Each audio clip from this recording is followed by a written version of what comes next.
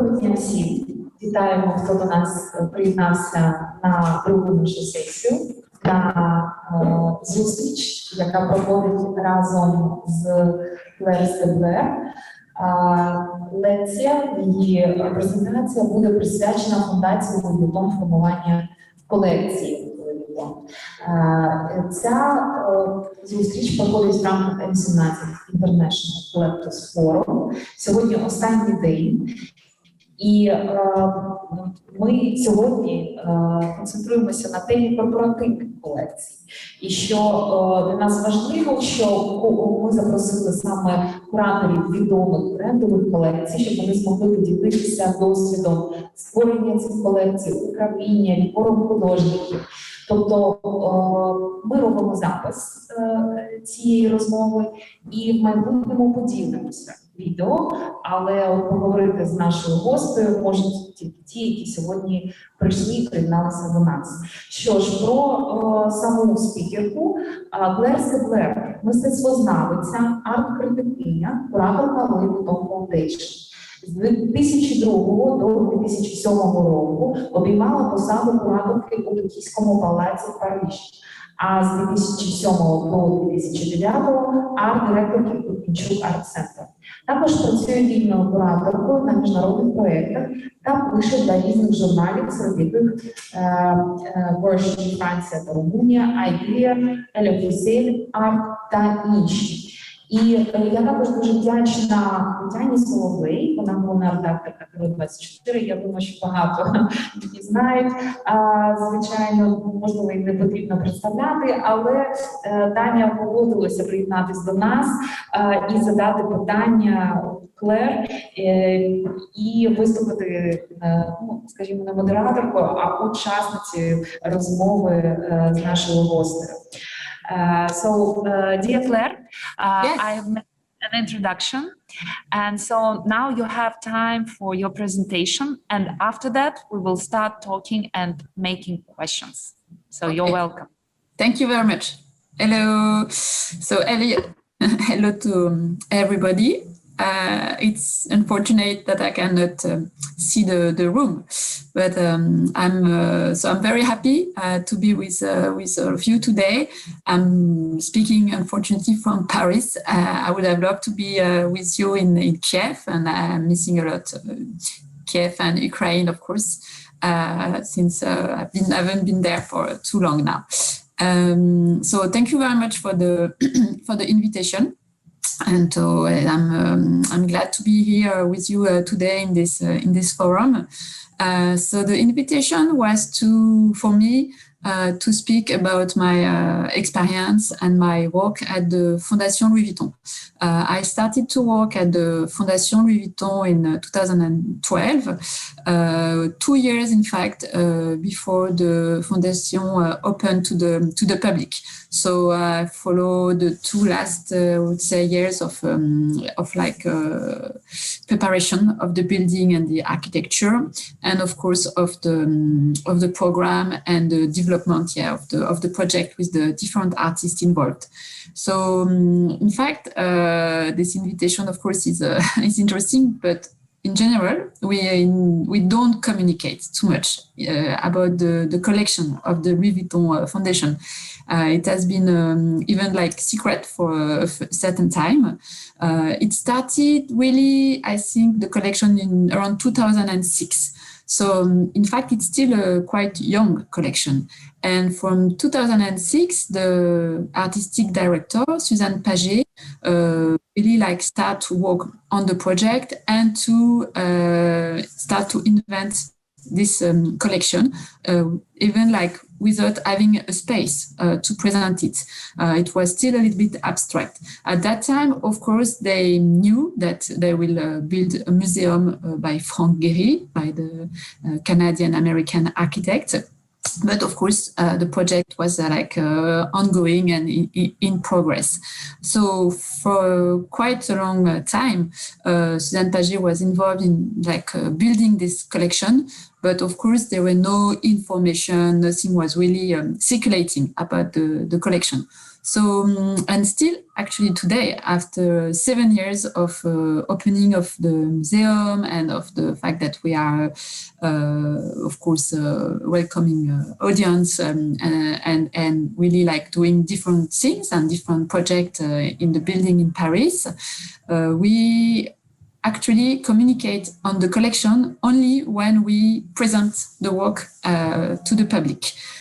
So we have, I would say today, around maybe more than 1,000 and work in the collection. It's a little bit abstract, of course, because sometimes you can consider that you have a photo project by an artist, and maybe the photo project is composed by, I don't know, 200 photos, but it's one work. So I would say, in this frame, maybe we have around 1,000 or a little bit more of work. But as I say, we are communicating about what we have in the collection only when we present it in our exhibition space. So I decided today to select a few exhibitions that we've done since 2016 in our exhibition space, to be able to show you what is actually part of the Louis Vuitton collection, because that was the topic. And this project that I will present you are exhibition that I was involved in as a curator.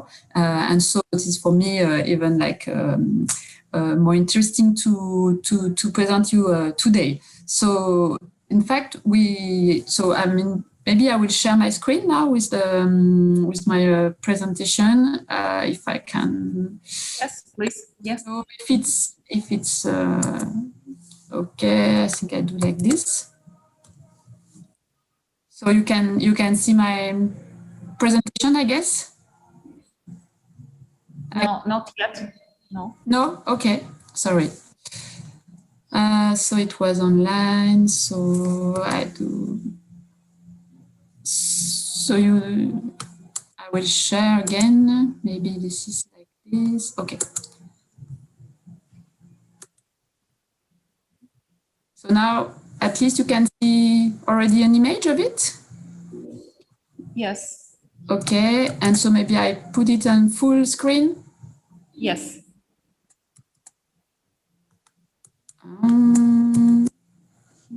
I think we're good. Perfect. So just a few images of the building for the one who haven't been at the Fondation. So it's in Paris. It's a little bit outside of the city, in the wood, Bois de Boulogne we call. And as I say, it opened its door in 2014. It was built by Franck Guéry on the invitation of the founder of the Louis Vuitton Foundation, who is Bernard Arnault. And Franck Guéry is quite close to Paris in his philosophy and in his ideas, but until then, he didn't really build a lot of building in France. Now, today, he opened one in Arles, as you maybe know, the Luma Foundation. But at that time, he had only one, I think, building in Paris. And so Franck Guéry get very inspired by the idea of the wood, and also by his experience of Parisian historical, I would say, architecture in connection to cathedral, of course, and to more like this kind of, I would say, mythic places. So for a project, he had in mind to build something that was really like trying to reflect the environment, the nature. So this is how we have this kind of big glass, this veil, we call it like a boat, on the roof, and that are covering 3 big terraces. And of course, inside you have like 10 galleries that you will see maybe later, and that are more classical, I would say, white cube exhibition space, while the outside is more like Baroque and a little bit like energetic. Yeah. That's the entrance of the Fondation. And as you can see, it's surrounded also by water, and you also have a kind of waterfalls coming down to the galleries and to the auditorium, because we also have a very nice auditorium. So as I say, it opened its door in 2014, and since then we organize, I would say, like 2 exhibitions per year. So temporary exhibition or collection exhibition, and mostly modern exhibition or exhibition connected to contemporary arts. For instance, we had Cindy Sherman last year. And then before we did a big show, for instance, with Olafur Eliasson and other exhibition connected to Africa or to China. And our next project for September will be the Morozov collection coming from Moscow and St. Petersburg. So we really alternate between like this kind of, I would say, invitation to other institutions or carte blanche and to our own project built from our collection. So our collection, as I say, started around 2006. I mean, it's really the moment where it starts like seriously, I would say. And it started with the idea to have 4 lines in the collection. So the 4 lines were like a line connected to contemplation, to contemplative arts. 1 line was to connect to expressionism. The other line was in connection to pop culture with different figures, like including, of course, Andy Warhol. And the 4th line of our collection is connected to sound and music, because the founder, I would say the president of the foundation, Bernard Arnault, is really connected to sound music as well, and this is also why we have this auditorium where we organize the concerts and classic concert, but also sometimes more like contemporary music or different kind of events. So these were the 4th line that were kind of building up, you know, like framing the collection from the beginning. The other kind of orientation for the collection was to really like create big ensemble by different artists. So, for instance, we have a major ensemble of work by Gerhard Richter, and you will see he comes back in different exhibitions. We have a major ensemble by Basquiat, for instance, by Andy Warhol, as I say, and also by Douglas Gordon for the living artist. So it was really, on one hand, to kind of follow the 4 lines that I presented, and on the other hand, to kind of create a certain ensemble of important artists. We also commissioned works for the foundation that are also part of the collection. And I will say one thing about one of our special commission. So the collection was kind of growing in parallel, I would say, of the preparation of the building, and also was growing in parallel of the program of our exhibition. So the 2 or 3 first years. Sorry, 2 or 3 first years. We sorry, I just closed the door. The 2 or 3 first years, we had a temporary exhibition. And I think around 2018, we decided to present the collection of the Fondation. And this was the kind of starting point of the exhibition, temporary exhibition, but made of our collection. At the very beginning, in 2014, we also have some galleries that were like presenting the collection, but then in between it was more like, as I say, like temporary exhibition. So in 2018, I was involved in this exhibition called In Tune with the World. It was an exhibition that we did in all the buildings, in all the galleries from 1 to 11. And that was kind of separate, I would say, in two moments. There were one exhibition dedicated to 28 artists from the collection, and one floor was more like dedicated to the artist Takashi Murakami, who is also quite present in our collection. So In Tune with the World was an exhibition that we decided to do as we were trying to to reconnect different works and different practice from the artist of the collection outside of the 4 lines that I presented at the beginning. So the idea was to be more like transversal around these lines and to find other way to kind of approach the artworks. So it was also the idea to say that the works were not like, closed in one section, but they were like opening different doors in a way. And so this is how we kind of develop a thematic around the idea of body and nature, around the idea of more like ecological issues and the connection to the living, human and non-human body, as I say, and material on Earth. It was the way to experiment and to discover the works by artists who were connected to this idea of living elements. So at the beginning, as you can see, we had this gallery, that is a gallery of the Fondation, with 3 artists, very different generation, different background, but that we connected in this gallery that we called Here Infinitely. That was a title from a Dan Flavin work. And so you have at the middle of the room, you have Matthew Barney, of course, with a water cast. So it's experimenting works by the artist together with like argile, metal and water. Very explosive, very organic work. On the background, you have the big Richter painting and the Yves Klein, also 2 Yves Klein painting from the 60s and one is from 57. So, and a sponge in the middle, as you see, the kind of sculpture. So the idea was really to speak about a kind of landscape, to create a different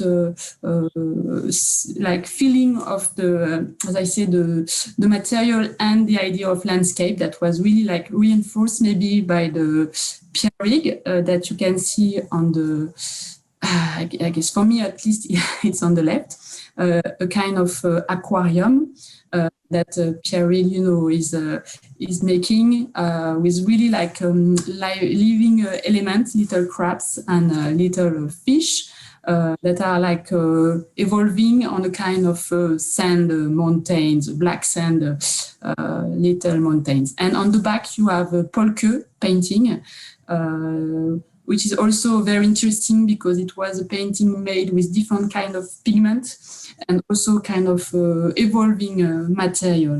It's called Nachtkappe. So this room was really dedicated, as I said, to this idea of landscape and water, sand, wind, and argile, like different kind of real material. So this is another view of the room. And then this is a work by François Morlaix. It's called Avalanche. It's from 2006. And it's also more about the idea also of accident, I would say. It's another kind of a landscape. This is a work by the artist Japanese. It's called Shimabuku. And it's a nice video that the Japanese artist made in 2016.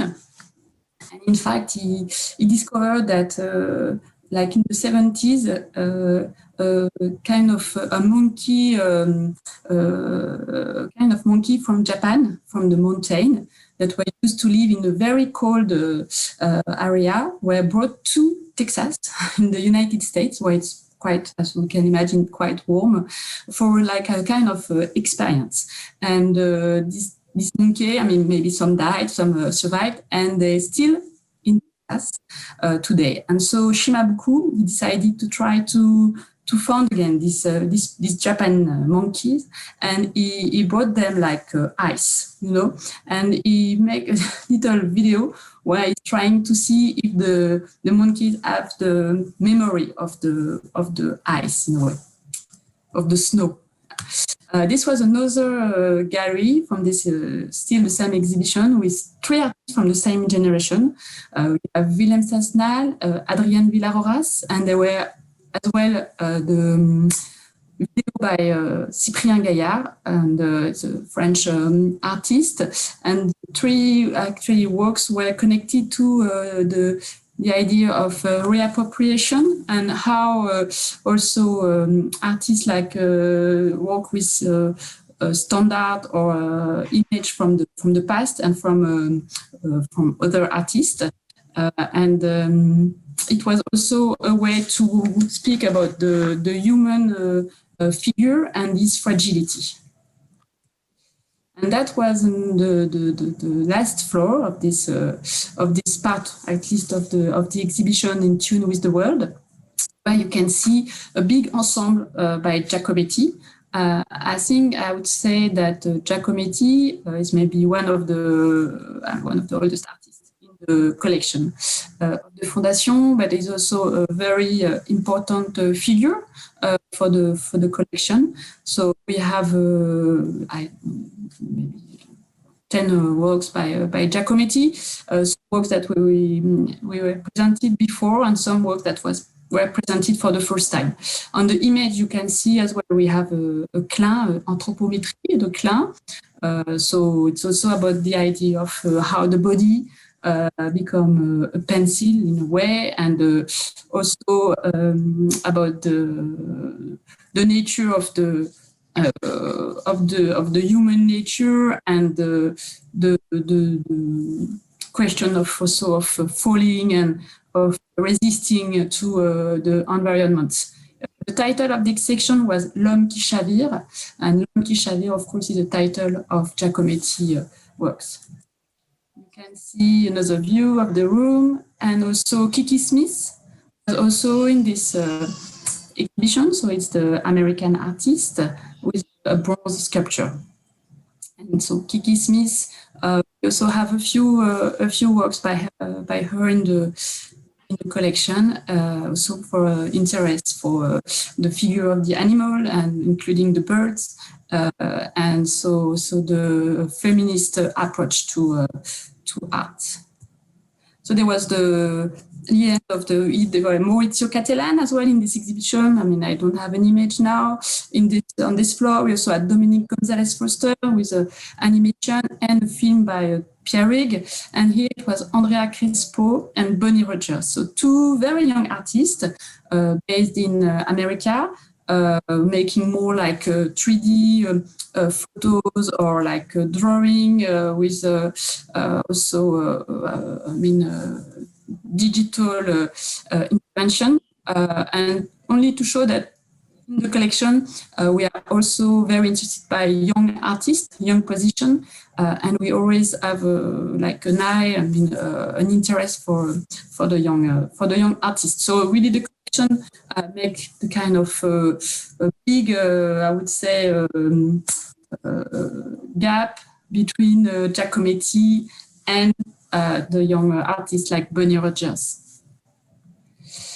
So as I said at the beginning, this particular project in 2018 presented the 27 artists before, and on the last floor, at the top floor of the Fondation, a big project by Takashi Murakami, and where we had like existing, works that were in the collection for a certain time already, and new works like this very big fresco that the artist made, I think, for a show in Chicago when he had this big solo presentation.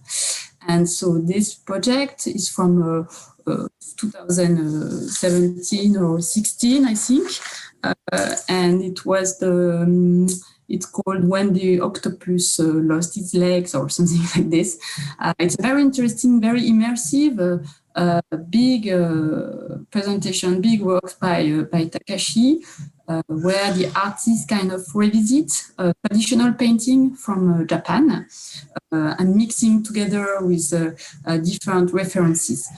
But what was interesting to us, it was also connected to the, I would say, to the medieval and to the aquatic world, to the figure of the octopus, and to a certain also a certain apocalyptic vision, of the world.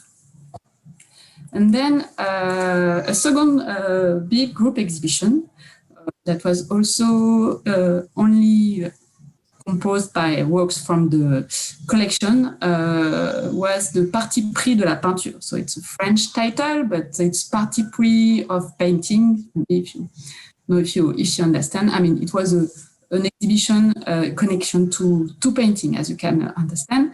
And we presented in 2019.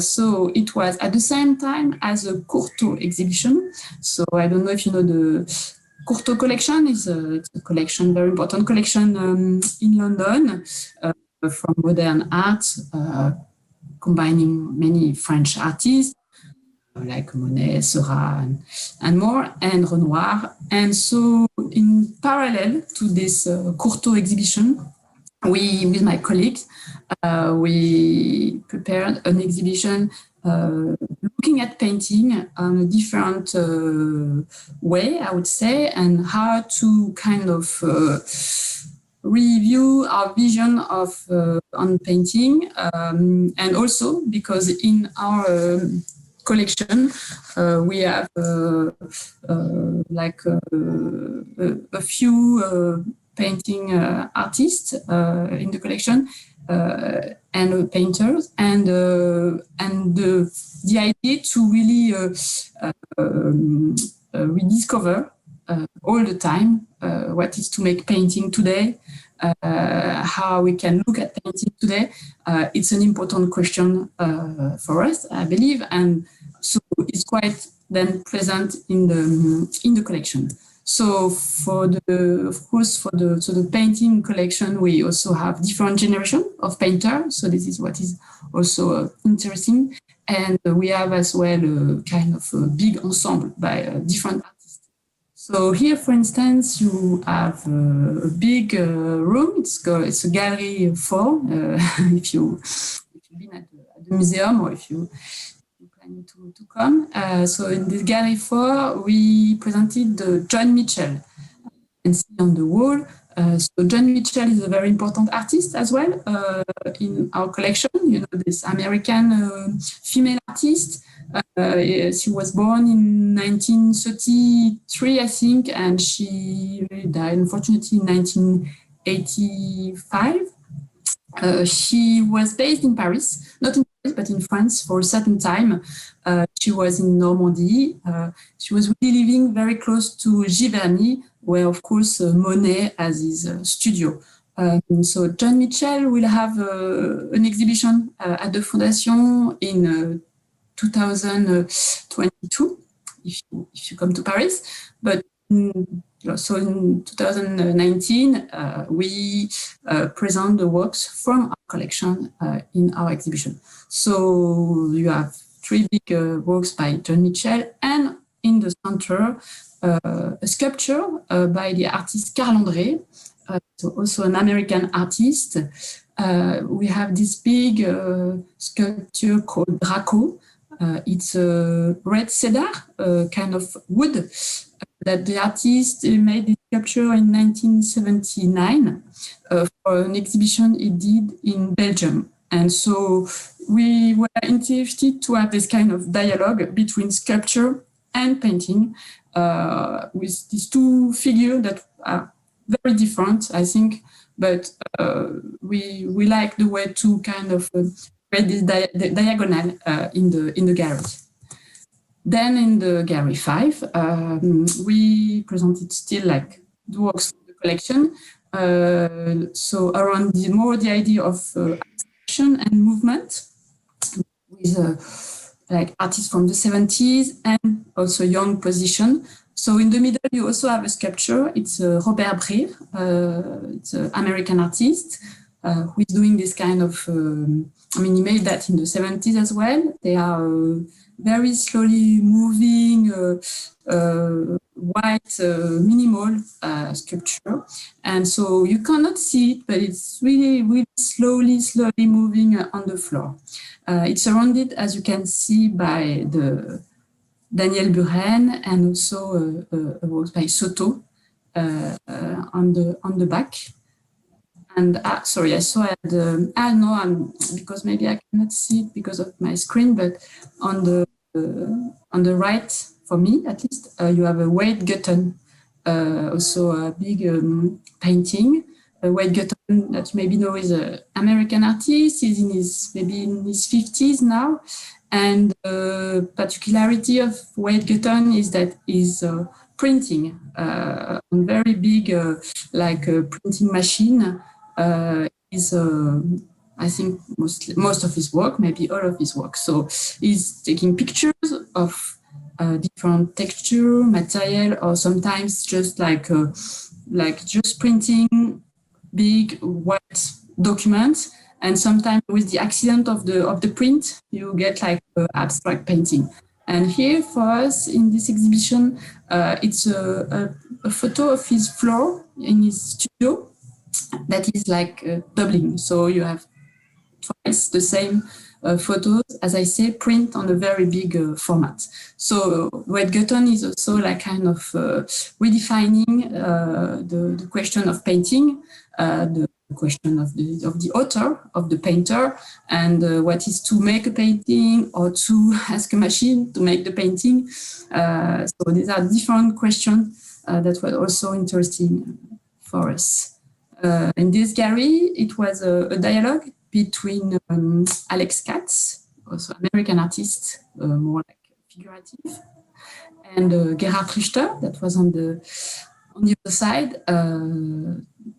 Gerhard Richter, who is, of course, very interested by the relation between photo and painting, what is a picture, and the Alex Katz, who is mostly doing, I would say, portrait and landscape.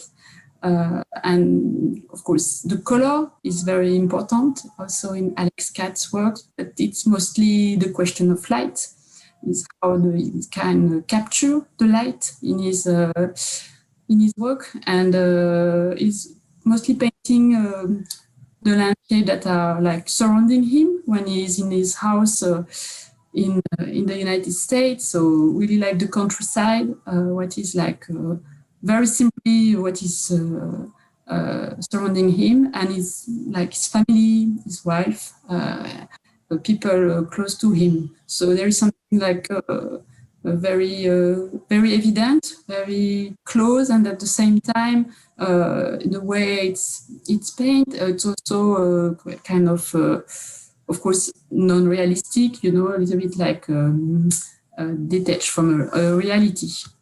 So this is the. You have a very old work on the left for me, and this Wald, the big abstract painting on the right. So as I say, Gerhard Richter is also an important figure in the collection. So we have a big ensemble by him. And this was the last room for this exhibition in connection to painting. You can see that painting is again like kind of using different material in a way, and trying to reimagine the traditional tools of painting. So in this room you have this big Gerhard Richter on the back, 4,900 Farben. It's a work that is connected to what he did for the window of the cathedral in Cologne.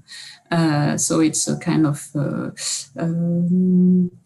it's a composition of different color little cube, I would say, and that are like kind of organized in random. And on the right for me, you have the Dan Flavin, the monument to Tallinn, so that we have 4 of these works from the 70s, and here you can see another one, and 2 other works by Dan Flevin. So Dan Flevin, as you can see, we also have a kind of a big ensemble by Dan Flevin, which is in a way, for us, it was also about what is abstract art, what is the idea to make a form on a wall, but using only light and color, and how you create a kind of environment with an artwork using, as I say, only this like tube of light. So now I'm just quickly also presenting one of the, I think, last exhibition that was totally connected to the collection of the Foundation. It was works that we have presented in 2019. So after the Courtauld exhibition that I was just talking about, but it's interesting because it's a work very kind of from the beginning of Gilbert and George. You know, the British duo. Gilbert and George start to perform in a way together. Maybe in the London School in 1969 when they met when they were very young students, and so like quite. Rapidly, they became known for their performance, for the singing sculptures, you know, and for the different. They were like considering themselves as living sculpture. Everything was about the fact that they were really like the artworks themselves, and quite early, they decided that the sculpture. I mean, the human sculpture was good, but that they had to also to have something to put on the wall, in fact. So the galleries were starting to ask them different exhibition. And so they decided to start a big series of charcoal drawing, in fact. So they were very big drawings in a format of a series where they were kind of telling stories. So it was again always about themselves, so you can always see the 2 artists in the drawing. They are monumental but very fragile at the same time, and they always have text on it. They were like little poem written by the artist. So the title of the series is There Were 2 Young Men, and this is an interesting story of this artwork because they told us the story. We didn't know, in fact. But I think the Foundation, who is also quite interested by Gilbert and George in relation to the pop, I would say, line of the collection, they are quite present in the collection. I think in 2009, a gallery offered the opportunity to buy these works from 1971, so quite old work from the beginning, as I say, of the 2 artists. And our director, she found interesting to have this historical work in the collection. But what was funny is, in fact, when we presented last year, or almost 2 years ago now, at the Foundation, the artist came, of course, for the opening. And they say that it was the first time in 40 years, or even more, that they were seeing the works again. Because, in fact, after they presented in a gallery in Italy, the work disappeared.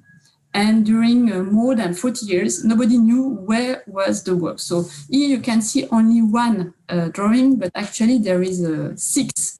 And they can stand in the little suitcase that you can see on the front, on the pedestal. So it's very easy to kind of wrap the works and to put them in the suitcase. And in fact, in 1971, after they presented the project kind of, the drawings like disappeared. Someone from the gallery kind of stole the drawings, and then, as I say, 40 years, nobody knew where were the suitcase. And suddenly, in the middle of the 2000 years, someone called Gilbert and George and told them that he found the suitcase.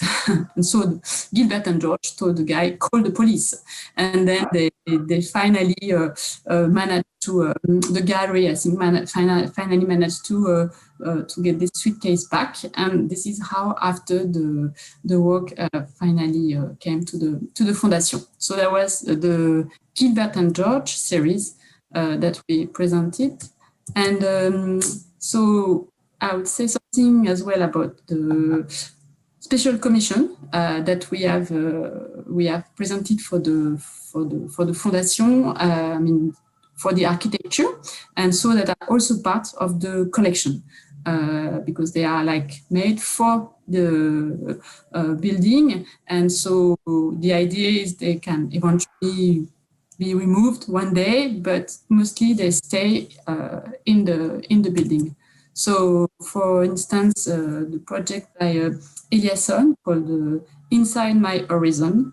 It's an intervention that he did in what we call the grotto. It's kind of a promenade part of the building, and Olafo installed like 43 columns of different size, with two sides of mirror and one side of yellow glass. And so we create a kind of a light, daylight during the day and during the night, and it gave kind of a yellow narrow to the architecture. I have another view here. So it's kind of a gigantic kaleidoscope, and people can see themselves in the column, and sometimes they can even see their reflection in the 43 columns at the same time. So it's really also a game with the architecture, with the nature, with the water, and with the visitors. So you have another view with the public. And to finish, and then maybe we can also, sorry, I'm appearing again, maybe. This is a project by a young French artist that I just wanted to end with. Jean-Marie Apriou is based in France. He was born in 1986. And we have a special new kind of program since 2018 called Open Space, where we invite young emerging artists. We also invited like Matt Cobson, for instance, Anna Ulakova, some artists that were maybe in the Pinchuk Prize, like Mariam Benani. So like twice a year, I would say, we have a special project in one of the galleries of the Fondation with a young artist. And so Apriou was the first artist that we invite. What is interesting is that after the presentation of his project, we actually kept the works in our collection. So this is a sculpture made by the artist called Lips and Ears. It's a kind of two, you can see like two heads on a boat. And so, as I said, the work finally stayed in the collection. And so like sometimes, as I can say, we present works at the Foundation, and finally it stay in the collection. So it's a different situation, I would say, a different way of collecting. Nice. Okay. Okay. Thank you. Thank you very much. Thank you, Claire. So I think this is a great possibility for us to follow you and to have an amazing guide for, for the collection of Louis Vuitton Foundation. I have the first slide for the first question, and then I transfer this slide to our guest, Tatiana. So as far as I know, the collection of Louis Vuitton is consisting of actually several parts. One is a private collection of Bernard Arnault. And the other part of the collection is kind of a corporate collection. How do you find the equilibrium between presenting the private collection of one of your biggest investor and from the collection of contemporary artists, whom I think you have a special council of curators working on this part? How do you solve this task? In fact, what I've been showing to you and all the works that we have presented in our exhibition that are connected to the collection are part of the Fondation collection. So I think that eventually Mr. Arnault has his own private collection, but it's not part of the Fondation exhibition or project. It's something personal, and I would say it's separate from the collection. The Fondation really has a kind of a museal, perspective and ambition. So we never sell again a work that we create in the collection. If we buy it for the collection, it will stay in the collection. We are not like buying and selling. So this is our collection from the Fondation, and what Mr. Arnault has on a personal level, I have no idea on it. Thank you, Tatiana, please. Thank you. So now it seems like my turn. Thank you very much for invitation, and I'm really happy to attend such an interesting dialogue. In order to technical restriction, I will repeat my questions twice in Russian and in English language. So my first question related to PR strategy and media representation for the public of the Foundation of Louis Vuitton activity. And I'm wondering, how do you resist during the quarantine not to do a curatorial excursion in the Instagram? Instead of that, you made live broadcasting music of Steve Reich works, or you did some funny connections like to compare Cindy Sherman's with Keanu Reeves, what's in common on the Instagram, and asking your followers to repeat on such a kind of unpredictable question. So my question is, how do you recalibrate the strategy during the lockdown? How radically it changed, and how do you feel the feedback? And now let me repeat this question in Russian. Мой первый вопрос как человека из мира медиа с сильнейшей инстаграм-зависимостью, это как они перестроили свою коммуникацию во время локдауна, потому что это был один из редких музеев, которые не делали кураторских лайвов в инстаграме, а вместо этого делали какие-то музыкальные бродкасты, композиции Стива Райха, например, или очень интересно заигрывать с публикой. И, например, во время локдауна шла выставка Синди Шерман, и один из постов был, что общего между Киану Ривзом и Синди Шерман, и ответ был, они вместе эмигрировали, они в одно и то же время эмигрировали в Америку. И мне интересно, как они выстраивали всю эту коммуникацию и как шел диалог с публикой во времена, когда никто никого не мог видеть вживую. So the question is already translated, please. Yeah, of course. Thank you very much for the question. I'm not completely, involved in the communication part of the Fondation, as I'm a curator there.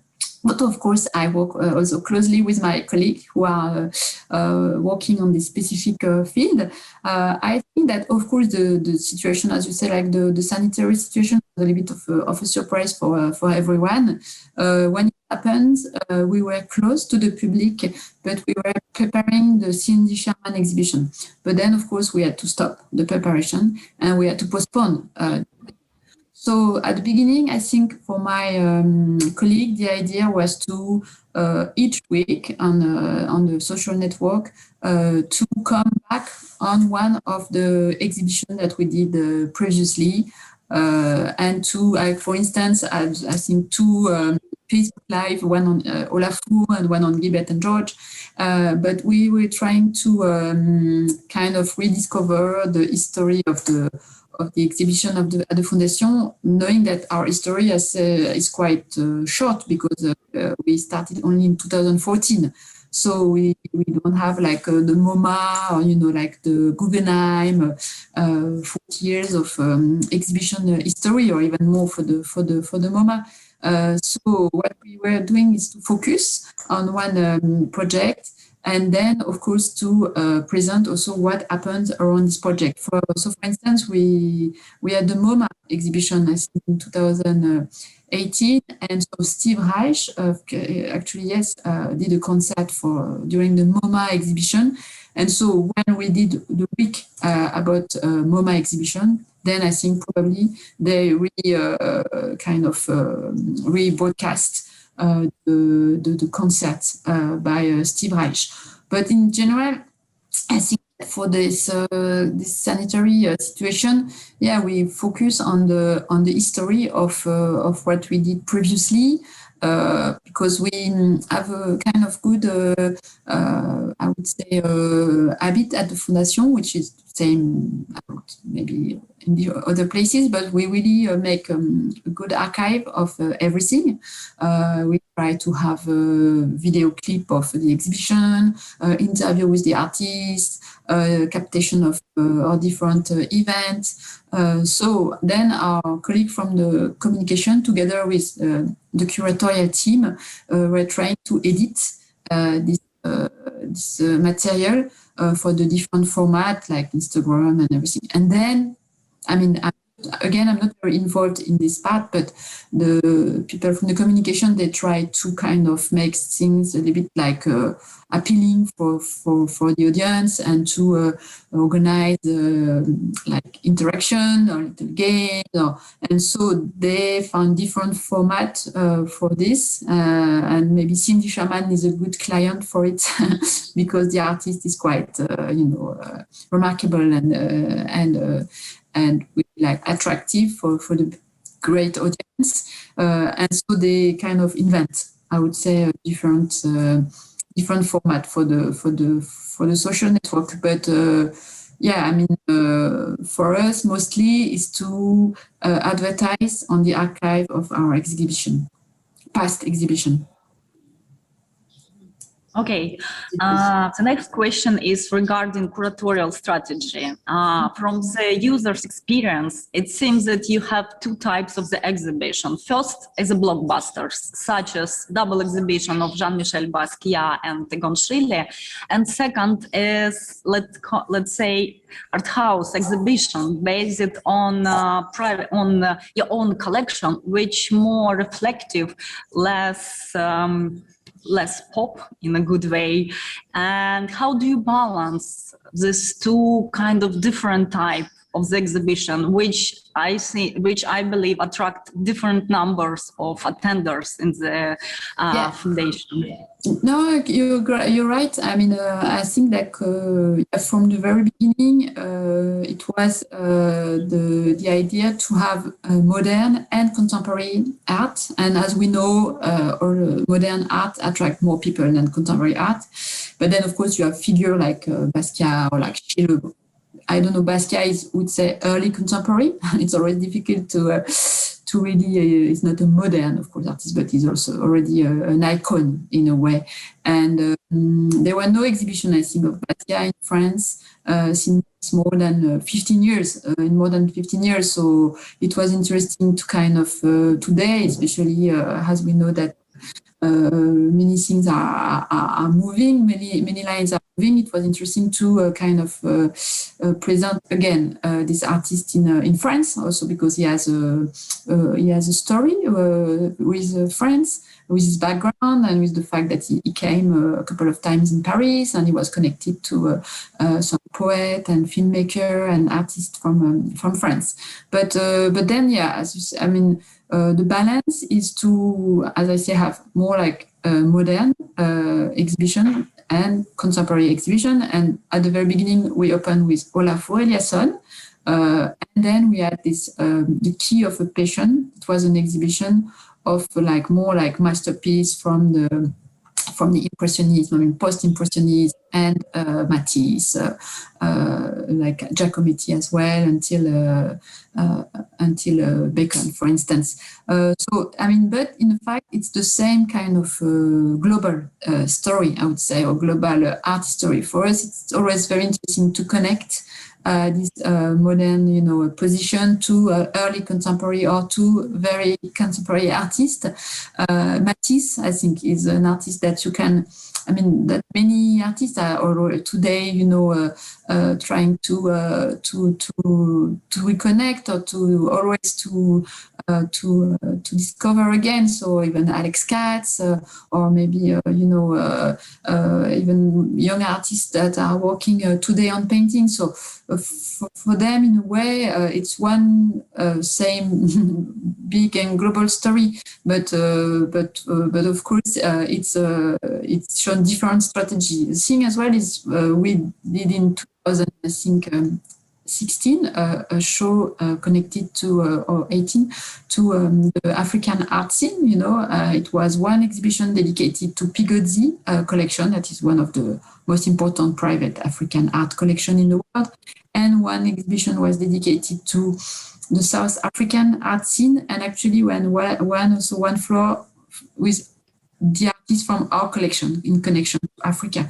And it was like 100% contemporary art, 100% art coming from the continent and from, of course, the diasporic works. And it was very, very successful. We really had many visitors, different visitors, different, a group of audience. And so for us, it was also interesting to see that the contemporary arts can be really like a big attraction for people when you present something that is maybe new to them.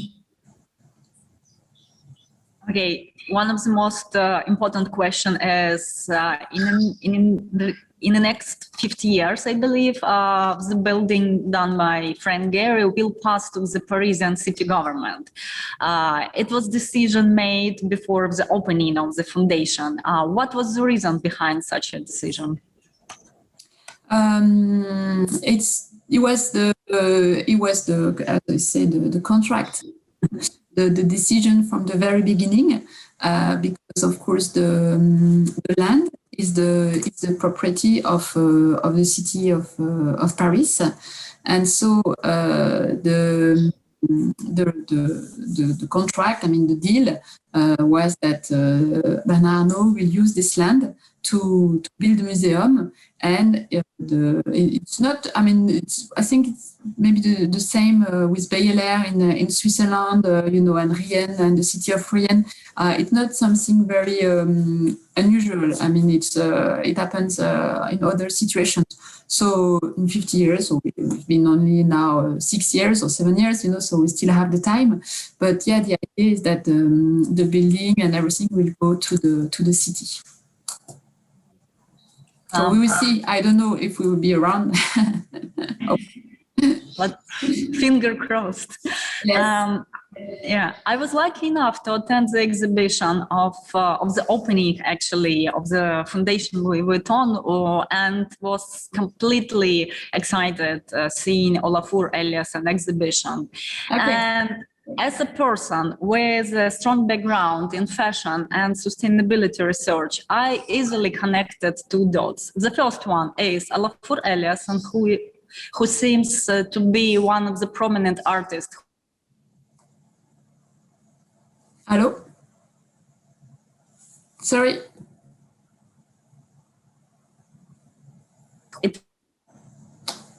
Sorry, I lost you.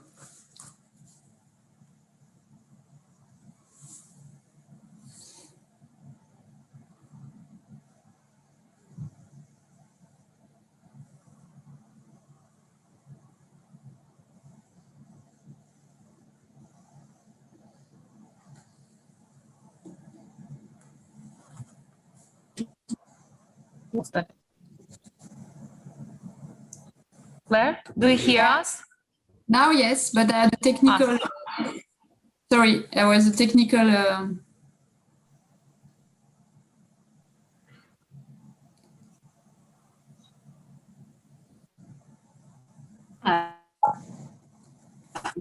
The connection is bad.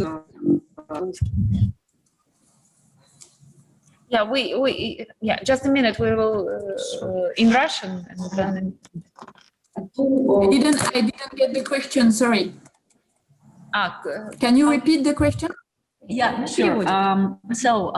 My question is, Olafur Eliasson is a prominent artist who's deeply concerned with climate crisis issue. For those time, it was not kind of common topic of the discussion in fashion, all the sustainability issues and the production. But at the same time, LVMH already have a strategy which called Life, and it is so LVMH initiative of the environment, which already started. As a person with this fashion background, I easily connected the dots between the sustainability strategy of the big business and the foundation prominent invited artists to do a project for foundation inauguration opening.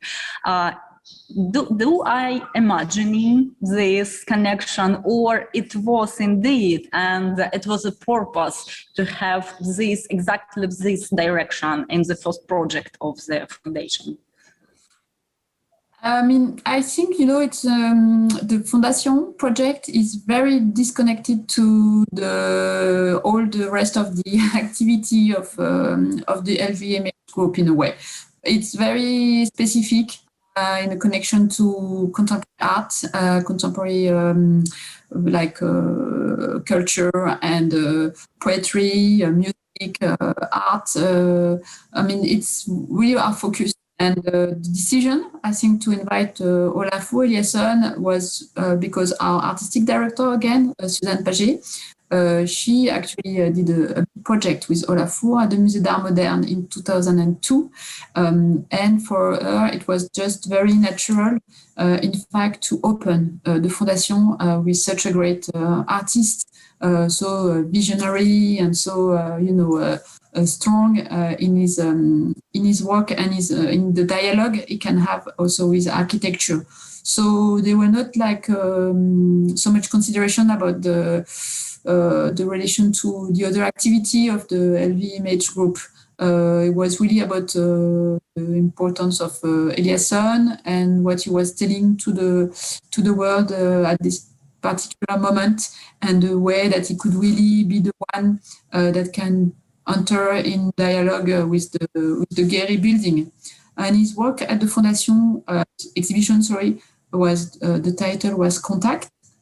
And if you have seen it, it was a very cosmic kind of exhibition and project. It was very much about how the visitor can perceive his own body in the space, and the way it was reflecting and in a way projecting directly in Olafur theater. I would say it was very theatrical exhibition, very immersive, and you were almost like walking on the moon and looking at the horizon in this kind of big yellow room. So it was very metaphysical, very mystic. And at the entrance, you had a meteorite that we took from a museum, and people were allowed to touch the meteorite. So I think it was Contact, the title of the exhibition. So I think it was really a way to enter more like in contact with cosmos. And so today, I think the Veilleler Foundation that I have seen is really amazing. This green water, swimming pool almost. I think this was something maybe more speaking about nature and about his concern. And for us, I think it was more about the empathy with the public, with the human. So thank you very much. I'm sorry. I think I will have to move now. I don't know if you have more questions. Yes, please. Вот про фабрику. One more, I think. Yes, I have a question regarding an upcoming project which going to appear close to the Foundation Louis Vuitton, and it is multidisciplinary cultural platform called La Maison Louis Vuitton, devoted to patrimonial, to heritage, to crafts. Could you tell us more about this project and which connection does it have to Foundation? No, I'm sorry. I have no. I'm sorry. I'm feel bad, but I mean, I think you have to have a new round of interview. I'm not really. I have no knowledge about this. I'm not connected to them. I think we have ourselves in the future the idea to next to the function. There is another building that used to be a former museum as well called ATP, so Art Tradition Populaire. So maybe this is what you are referring to, but this is a project for like 2025 or 27. So we're not communicating about it yet, and we even don't really know what it's going to be. And I'm not personally working on it, but in this former museum building that is really close to the Fondation, Frank Gehry also will be the architect to renovate it, and yes, it is there is a project in connection more like to art and tradition and craft. They will, I think, organize atelier for art and craft people, and to be more connected to this kind of art practice as well. So less to visual art and more to art and craft. But that's really, I mean, there is no date yet, and it's for in a broad future, I guess. So to follow up. Dear Claire, you have your career closely connected with Ukraine, right? Yes. And after you became involved in Louis Vuitton Foundation activities, Yes. do you have any connection with Ukrainian artists? Maybe you had some projects, or you invited some Ukrainian artists to participate, or maybe you follow some of the artists. Just more information, Yeah, of course I should. I mean, of course, I mean, it's been like now more than 10 years, so it's a bit like a long time ago already.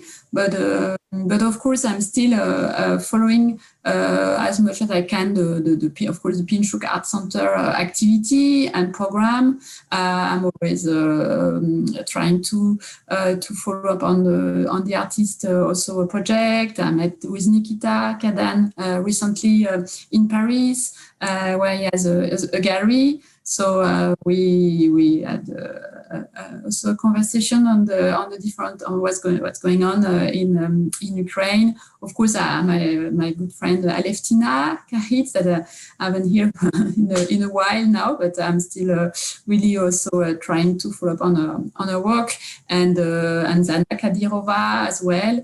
And yeah, I mean all the information I can collect, all the I can follow. I'm always happy, and in the future, yes, of course. I mean, we will probably have more opportunity to collaborate again. But I have to come back next time. We have to be with you in real, and to come back to be more immersed in the scene again. We are looking forward when you come, and when you will have such possibility. It would be great. Meeting first. So, do we have a possibility to ask, to have a question from the audience? Do you have time still with us? Sorry. Yeah, I mean, I was.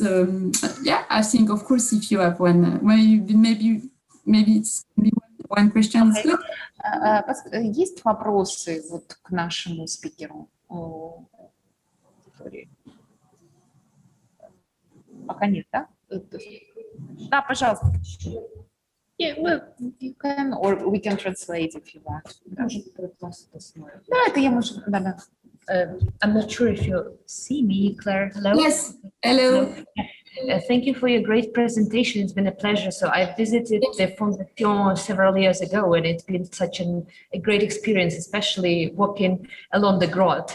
So my question is very quick. Several months ago, or even a month ago, I guess, one of the biggest competitors of yours have opened La Bourse de Commerce. Yes, it was a few weeks. Yeah, probably that's one of the funniest questions. So I wonder if you have like remade your strategy according to this fact, or no? Do you have? If you can share that, of course.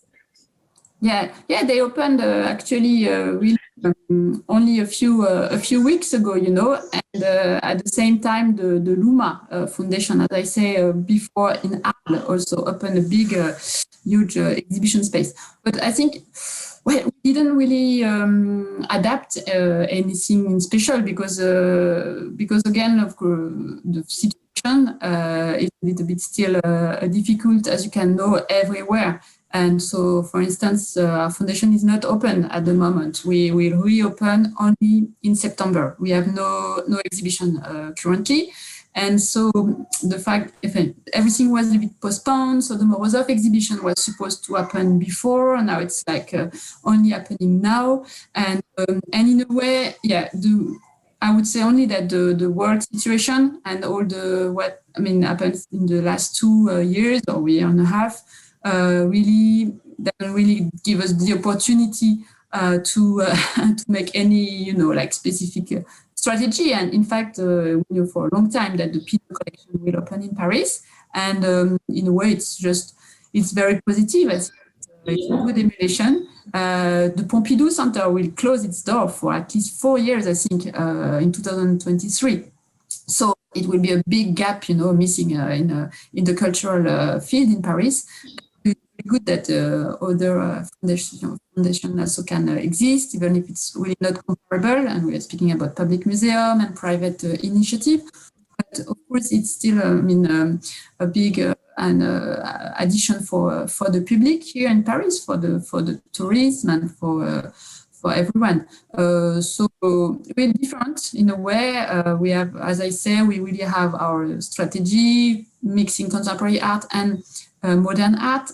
Well, I think that at the Pinot, they will be connected a lot to the Pinot collection, and even mostly to really contemporary art from today. So it's different, in fact.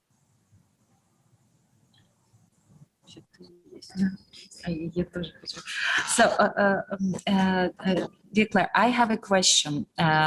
So I know that one of the bestseller exhibitions was the collection Shukin you showed in Louis Vuitton Foundation. Yes. Right now you are preparing, I guess, Moroz, yes. another Russian art exhibition. Yes, from from big collection. Yeah. In September. Yes. My question is that, Ukraine, I cannot say that, Ukrainian avant-garde, but we have, a range of Ukrainian artists beginning of the 20th century, like Ekster, Bogomazov,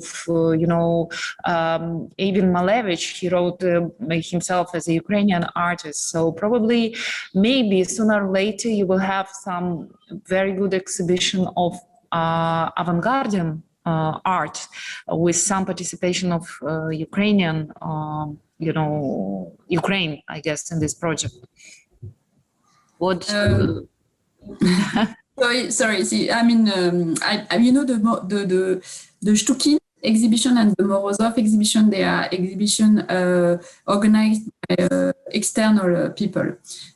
It's not organized by the curatorial team from the Fondation. In a way, it's a different kind of department and project. So I'm working for 2022 on a new commission in relation to painting with 5 artists. It's still a bit confidential now, so I cannot really say, but it will be 5 living artists from different background and different origin, and this is what I'm working on at the moment, and where I'm connected. Okay, okay, so it's interesting. Thank you. Yeah, I have one more question. I believe during the press conference of the opening of the foundation, friend Gary said something like he's pretty aware of that his building, which is spectacular, but it's still kind of nightmare for the curator to fill in because it's has such a complicated structure, such dialogue with the space around. How do you combat those challenges when you create when you design the exhibitions? Well, we were, I think, lucky enough at the foundation that our gallery are not so like unpracticable. So it's true that he has this reputation, Gary, and I think he likes to have this reputation. But for us, our director, Suzanne Paget, she really kind of makes sure that we will have a kind of normal, nice white cube square gallery. So we have, so the space are big, so it's very challenging for artists. We have a few galleries that are not like a little bit more baroque in a way, but we always find good solution. And also we work with scenographer. And so that's really help us as well a lot. And the artist always has also very good idea. So I'm very sorry now. I really have to go. I apologize, but I really I have to run. Yeah, dear Claire, thank you very much. Thank you for your time. Thank you for very great much. tour. Yes. And I hope that really this time will come. You will come to Ukraine. We will have possibility to visit new projects in with foundation, and looking forward for news from you. Let me know. Have a good day and have a nice ending of the forum. Thank you. Thank you. Thank you. Bye bye. Bye bye. Thank you very much.